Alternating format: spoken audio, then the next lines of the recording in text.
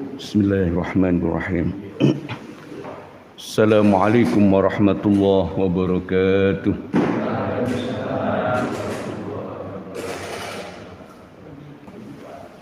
Bismillahirrahmanirrahim. Alhamdulillahirabbil alamin.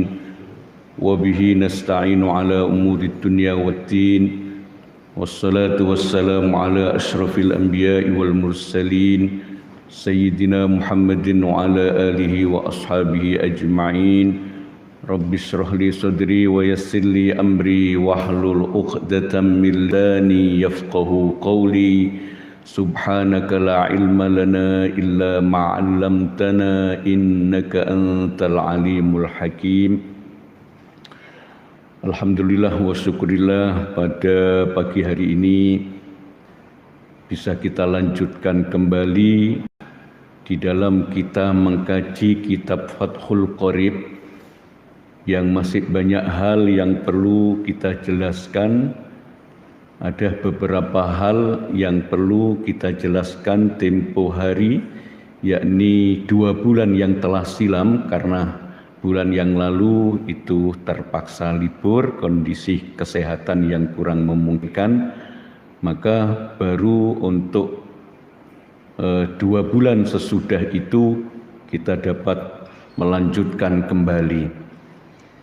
Yang terakhir telah kita bicarakan tentang al-udhiyah, tentang ibadah kurban yang sudah selesai, kita anggap selesai meskipun pada saat itu belum sempurna betul di dalam bahasan tentang udhiyah, tentang ibadah kurban itu. Dan berbagai macam kitab yang bisa kita buka, kitab dasar yang kita anggap kitab yang tergolong fikih kajian Imam Syafi'i ala madhabil Imam Asy-Syafi'i, yang tergolong kitab dasar. Ada Safinah, ada Sulam, ada Fathul Qorib, ada Fathul Mu'in, nanti ditingkatkan dengan syarahnya yang bernama I'anatul Talibin, ada Fathul Wahhab, sampai dengan kitabnya Imam Syafi'i yang bernama Al-Um. Penjabaran-penjabaran itu semakin lebar, semakin luas, karena memang kitab fikih itu adalah kitab yang dikaji oleh para ulama sesuai dengan waktu dan zaman itu. Maka kadang-kadang hal masalah hukum tidak kita jumpai pada saat ini, tetapi kita harus menggunakan qiyas dan ijma' para ulama, istinbat minal Qur'an wal hadis. Kita simpulkan dari dawuhnya Allah maupun dari dawuhnya Kanjeng Rasul, kemudian disimpulkan oleh para mujtahid, maka dirumuslah tentang hal yang hampir serupa dengan udhiyah, yaitu al-aqiqah.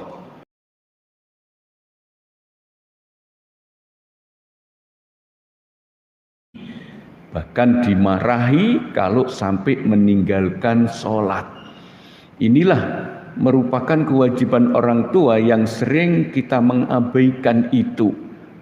Ya, kadang-kadang anak subuh ini sulitnya dibangunkan oleh orang tuanya karena semalaman asik dengan gadgetnya, sehingga karipan dibiarkan saja oleh orang tuanya. Anak itu belum balik, karena anak laki-laki baliknya itu dikatakan dahulu umur 15 tahun atau al-hilmu, sudah bermimpi khurujul mani, sudah bermimpi dewasa. Itu tandanya baliknya anak laki-laki. Belum balik, dan itu andaikan umur 10 tahun kok belum sholat, yang berdosa adalah walinya, karena perintah Allah wadribuhum wahum abna'u asrin, dan pukullah ketika anak itu sudah berusia 10 tahun. Ini tanggung jawab orang tua untuk melakukan itu. Maka jika umur 7 tahun perintah syariat sudah mulai diterapkan, diajari puasa 7 tahun, dididik untuk sholat 7 tahun, Bahkan andaikan diajak menunaikan ibadah haji itu diperbolehkan, tapi belum merupakan hajjah fil Islam, belum menggugurkan kewajiban haji menjadi seorang muslim. Nanti kalau sudah dewasa, ketika kecil diajak orang tuanya menunaikan ibadah haji, kalau sudah dewasa dan ada kemampuan, berkewajiban untuk menunaikan ibadah haji kembali, hajjatun fil Islam, haji di dalam Islam. Nah, kemudian kalau anak itu sampai baligh pun belum diakikoi oleh orang tuanya atau oleh walinya, maka saqata al-ikku anil walid. Maka sebagai orang tua sudah tidak disunahkan untuk mengakikoi, bal aqqa an nafsihi, tetapi sang anak ini kalau sudah balik aqqa an nafsihi, mengakikoi dirinya sendiri, tidak diakikoi oleh orang tuanya atau oleh walinya, tapi akikoh untuk dirinya sendiri. Nah, tentu yang kita bahas ini adalah madhabnya Imam Syafi'i. Ada madhab yang tidak memperkenankan akikoh jika lebih dari 7 hari. Nah, bagaimana aqqa'an nafsihi ini, bagaimana akikoh tentang dirinya sendiri ini, itu berdasarkan keterangan sebuah hadis bahwa baginda Rasul itu aqqa'an nafsihi ba'dan nubuwah. Beliau melakukan akikoh untuk dirinya, untuk baginda Rasul sendiri, ba'dan nubuwah, sesudah diangkat menjadi nabi. Dan kita tahu nabi itu diangkat menjadi nabi ketika berusia 40 tahun. Mendapat risalah, tugas wahyu di Gua Hira yang disampaikan oleh malaikat Jibril. Saat itu usia beliau 40 tahun. Maka berdasarkan itu, maka akikoh untuk sesudah usia baligh itu diperkenankan, yang disimpulkan oleh Al-Imam Asy-Syafi'i. Nah, imam yang lain mengatakan memang saat itu belum ada syariat akikoh, dan sebelum Nabi diutus syariat akikoh belum dikenalkan, belum diperintahkan. Dan kedua orang tua baginda Rasul saat Rasul dilahirkan dalam kondisi yatim, tidak lama kemudian yatim piatu ditinggal oleh sang ibu Siti Aminah di bawah asuhan sang kakek Abdul Muttalib, dilanjutkan oleh sang paman Abu Thalib. Saat itu belum ada syariat akikoh, itu yang tidak mau menggunakan bahwa akikoh untuk orang dewasa itu dianggapnya tidak ada. Di dalam kitab Fathul Wahhab dijelaskan bahwa akikoh ketika dewasa itu diperbolehkan aqqa'an nafsihi ba'dan nubuwah. Maka bagi yang mengikuti mazhab Al-Imam Syafi'i tentu bertanya kepada orang tuanya atau kepada familinya, apakah dulu saya sudah diakikoi oleh orang tua saya? Maka jika itu jawaban dari kesaksian tetangga atau kesaksian dari saudaranya mengatakan belum, maka sebaiknya diakikoi untuk dirinya sendiri. Nah, untuk apa sih akikoh itu? Imam Ahmad bin Hambal mengatakan bahwa anak yang tidak diakikoi itu lam yasfa' fi walidayhi yaumal qiyamah. Anak itu tidak bisa memberikan syafaat, pertolongan besok pada hari kiamat, ya, buat kedua orang tuanya yang tidak mengakikoi anaknya. Karena memang dawuhnya Kanjeng Nabi, bagikan gadai murtahanun. Nah, barang yang digadaikan ya tidak dapat dimanfaatkan. Salah satu yang memberi syafaat itu adalah anak. Anak yang soleh itu mensyafaati orang tuanya. Yang memberikan syafaat, sahibus syafaatil uzma, itu baginda Rasul. Ya, karena memang ada keterangan hadis ada seseorang yang mempunyai anak yang masih kecil. Anak yang masih kecil itu meninggal. Maka meninggalnya anak itu merupakan zuhrun. Zuhrun itu celengani wong tua. Nah, anak itu nanti bisa mensafaati sebagaimana keterangan sebuah hadis diterangkan bahwa ketika anak itu mau dimasukkan ke dalam surga, bertanya tentang orang tuanya. Orang tua saya mana? Orang tuamu karena banyak dosanya, orang tuamu masuk ke neraka, dibawa ke neraka sana. Nah, anak ini emoh, tidak mau dimasukkan surga kalau tidak bersama-sama dengan orang tuanya.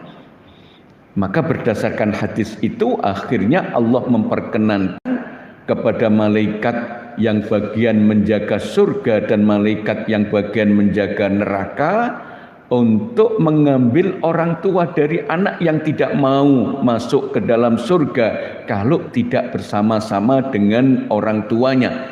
Tentu orang tua yang semacam ini adalah orang tua yang bersama-sama, yang sama akidahnya, hanya sekedar usatul mukminin, bermaksiat dari kalangan orang mukmin. Maksiatnya itu perlu ditebusnya di neraka karena anak ini bisa mensyafaati, bisa menolong kepada kedua orang tuanya. Itu di dalam surat At-Tur itu juga dijelaskan, walladzina amanu wattaba'athum dzurriyyatuhum biimanin alhaqna bihim dzurriyyatahum wama alatnahum min amalihim min syai' kullu imri'in bima kasaba rahin wa amdatnahum bifaqihati walahmim mimma yastawun. Itu dijelaskan di dalam surat At-Tur. Anak yang beriman, orang tua yang beriman dan diikuti oleh anaknya yang beriman nanti akan diketemukan antara anak dan orang tua itu di dalam surga Allah. Itu bisa dilihat di banyak tafsir. Di tafsir Qurtubi juga ada penjelasan, di tafsir Ibnu Katsir yang banyak keterangan hadis itu juga dapat diterangkan di situ. Ada cerita-cerita hadis yang berkaitan dengan orang-orang yang beriman dan keimanannya diikuti oleh anak-anaknya, oleh zurriyahnya, nanti akan dipertemukan oleh Allah di dalam surganya. Itu terdapat di dalam surah At-Tur atau surat Az-Zariyat, itu juz 27 ya, juz 27 itu akan ditemui keterangan itu.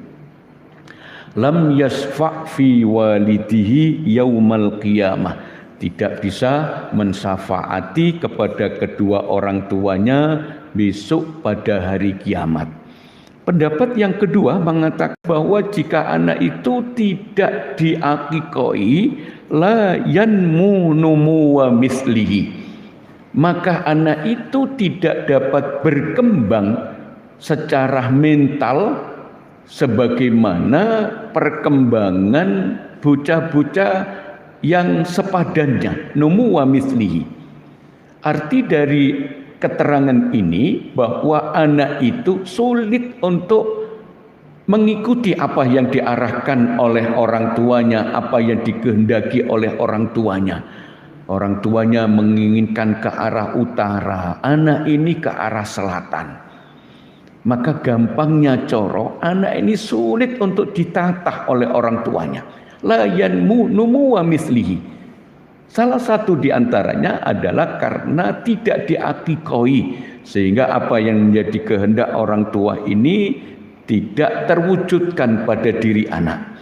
Maka upaya untuk menjadikan anak soleh itu di antaranya kita ikhtiari dengan diakikoi.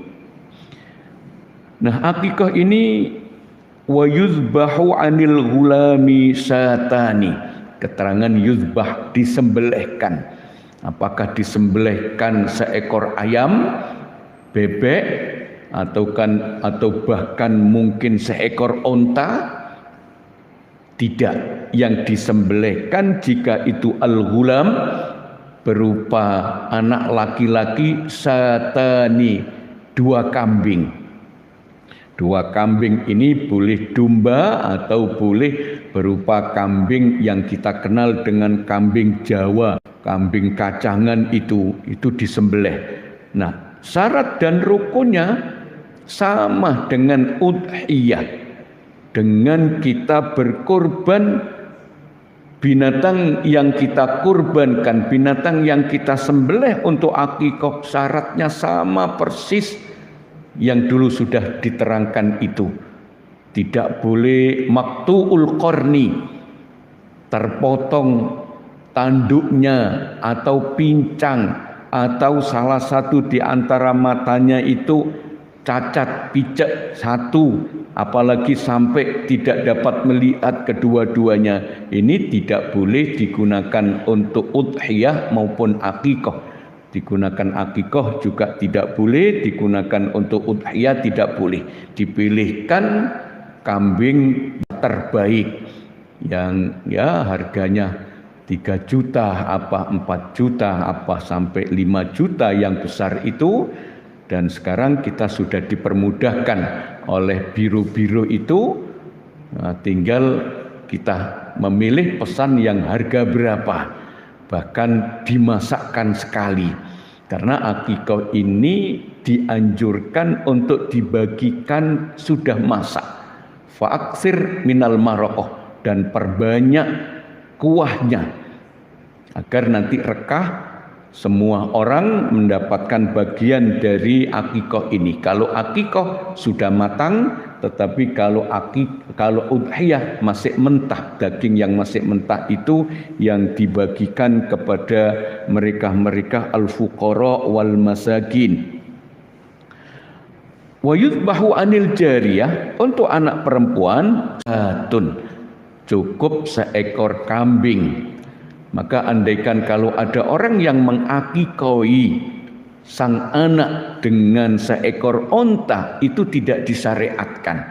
Meskipun secara ekonomi itu lebih meriah, lebih banyak, tetapi itu tidak disyariatkan. Disyariatkan menggunakan kambing. Kurang daripada itu, menggunakan ayam itu juga tidak dianggap sah. Karena itu bukan syariat akikah yang digariskan di dalam banyak ilmu fikih.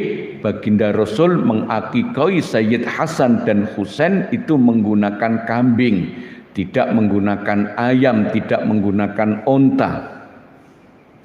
Amal khunsa, adapun jika seseorang itu lahir dengan 2 kelamin, bahasa kita banci, bencong itu al-khunsa, maka akan perlu dilihat anak itu lebih cenderungnya ke perempuan atau lebih cenderung ke laki-laki.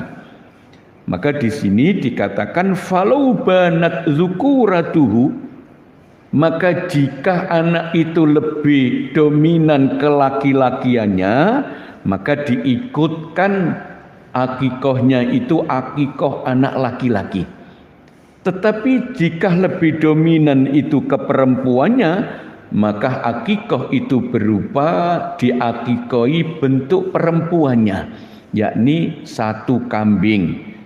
Dan hati-hatinya untuk ikhtiyatnya mengakikahi al-khunsa, jabang bayi yang dengan 2 kelamin itu, banci itu, maka akikahnya mengikuti akikah laki-laki.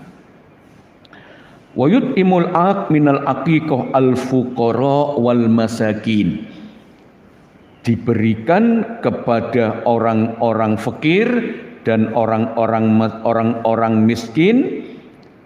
Fala ba'sa bidakwatihim, dan dianjurkan akikah itu dibagikan kepada mereka-mereka yang perlu menerima makanan akikah yang sudah dimasak. Ya, biasanya dibikin gulai, kemudian ada sate di situ, dibagikan kepada fuqara wal masakin. Dan tidak berdosa, tidak mengapa andaikan mereka itu kita undang ke rumah. Untuk membagi ke setiap rumah itu mungkin ada kesengsaraan tersendiri. Andaikan kita undang mengadakan akikoh, itu kita ajak makan-makan. Nah, akikoh itu sebagaimana walimah yang lain, yang namanya walimah itu kullu ta'amin yuttakhadhu li sururin hadisin min ursin au ghairihima au imlakin au ghairihima. Yang namanya walimah itu adalah makanan yang dinikmati oleh setiap orang yang hadir pada saat itu. Kenapa diadakan walimah? Karena lisururin hadisin, ada sesuatu yang menyenangkan yang datang. Berupa apa? Disebutkan di dalam kaidah ilmu fikih itu min ursin, dari kemantenan. Ini mempunyai hajat mantu, diadakan walimah. Au imlakin, atau kepemilikan, memiliki budak atau mendapatkan sesuatu yang menyenangkan, seperti mendapatkan sang anak, akan menunaikan ibadah haji, kesenangan-kesenangan, maka muncullah walimah-walimah. Ada walimatul urus, ada walimatul khitan, karena senang anak itu mau dikhitankan. Dan itu perjuangan orang tua nari anaknya untuk mau berkhitan, itu digiringnya. Wis wani sunat awakmu, digiring sampai anak itu mempunyai keberanian. Nah, begitu berani, kesenangan orang tua mengadakan walimah, namanya walimatul khitan. Sampai dengan haji dinamakan walimatul hajj. Ada yang mengatakan tasyakur haji, ya terserahlah, sekedar nama, yang penting ada makanan. Ada walimatul akikoh, mengundang orang lain, dinamakan walimah, walimah akikoh. Harus ada makanan. Kalau akikoh ya disembelihkan itu tadi. Kalau tidak ada walimah, hanya sekedar diundang, dikasih buah-buahan, dikasih kue-kue, belum dinamakan akikoh. Nah, kemudian kalau ada sambutannya, dipanggilkan ceramah sang ustadz, bahkan dibuka dengan bacaan ayat-ayat suci Al-Quran, bahkan di kalangan kampung dibacakan sholawat Nabi, itu tafaulan dan itu tambahan. Andaikan tidak pakai itu, kalau di kampung ada membaca maulid ad-dibai dengan serokalan asraqal badru alaina, kemudian anak itu diketok kuncungi, ujung rambutnya dipotong, kemudian dikasih bunga, dikasih wangi-wangi, itu sekedar tambahan tafaulan. Jika tidak ada bacaan begitu, tidak ada ceramah, tidak ada bacaan Al-Quran secara ya formal begitu datang makan-makan, sudah kesunahan akikoh sudah didapatkan. Memanfaatkan kumpulnya orang, maka orang-orang sekarang biar ada tausiah, dipanggilkan sang ustadz untuk menasehati yang sama hadir sambil menjelaskan tentang hikmah akikoh. Itu bagus dan insya Allah tidak melanggar syariat. Dibacakan Al-Quran, karena di dalam satu majelis jika ada bacaan Al-Quran ada keberkahan di dalamnya. Kemudian dibacakan sholawat. Bacakan sholawat itu dalam rangka minta doa, karena doa itu kullu du'ain lam yusalla 'alan nabi mahjub. Setiap doa yang tidak dibacakan sholawat atas baginda Rasul, doa itu mahjub, doa itu terhalang, tidak diterima. Maka diundang itu dalam rangka minta doa, mohon doa restu, saya mengadakan akikoh, mudah-mudahan anak ini menjadi anak soleh. Dalam rangka itulah maka dibacakan sholawat. Setiap doa yang tidak ada bacaan sholawatnya, doa itu mahjub, terhalang. Nah, maka ada dua. Doa itu merupakan keharusan yang kita lakukan, bacaan hamdalah dan bacaan sholawat. Yang paling afdol dibuka sholawat dengan hamdalah, nanti di tengah-tengahnya ada sholawat kembali, di akhirnya ditutup sholawat dan hamdalah. Itu yang paling afdol. Umum itu dibuka dengan hamdalah dan sholawat, dipungkasi sholawat dan hamdalah. Minimal, ada target minimal. Dibukanya dengan hamdalah dan sholawat, meskipun nanti pada penghujungnya tanpa itu. Ini merupakan hal yang lazim dan semestinya kita lakukan. Maka kreasinya orang-orang zaman sekarang, ayolah dibacakan sholawat. Bentuk sholawat sangat beragam dan boleh dengan bentuk sholawat yang manapun. Kita mengenal ada sholawat nariyah, ada sholawat munjiyat, ada sholawat ibrahimiyah yang kita baca ketika tahiyat itu namanya sholawat ibrahimiyah. Ada sholawat tibbil qulub yang sekarang ini, ada sholawat asghil dengan bentuk sholawat apapun bentuknya. Sallallahu ala Muhammad boleh. Jenengan pakai yang biasa pakai sayyidina, monggo pakai sayyidina. Tidak usah dipertentangkan antara sayyidina dan tidak menggunakan sayyidina, karena itu ada pendapat-pendapat yang mengatakan tentang hal itu. Nah, kemudian ketika diakikoi dan dihadirkan banyak jamaah, dipotong sebagian rambutnya. Memang di situ perintahnya wayuhlaku, dicukur. Nah, memotong rambut dengan ketok kuncung-kuncungnya yang dipotong, kemudian diletakkan di air yang ada bunganya. Itu karena ada anjuran menggunakan wangi-wangi. Dan anak yang baru lahir itu dicetaki dengan kurma yang sudah dilembutkan. Nah, setelah dipotong kuncungnya, sebagian rambutnya, keesokan harinya atau kapan, 2 hari sesudah itu dicukurnya.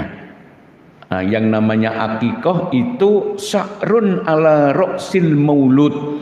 Itu namanya akikoh. Ismun lisya'ri ala roksil maulud, itulah yang namanya akikoh. Nama dari rambut yang ada di kepalanya anak yang dilahirkan. Maka itu yuhlak, dibersihkan, nanti akan tumbuh rambut yang baru. Nah, setelah tumbuh, nah nanti anak ini ketika itu bahkan disiapkan sebelum lahir, wayusamma, dan diberi nama. Maka jika 3 langkah ini sudah dilakukan, berarti akikoh ini sudah memenuhi syarat. Orang tua sudah gugur kesunahan untuk mengakikoi anaknya.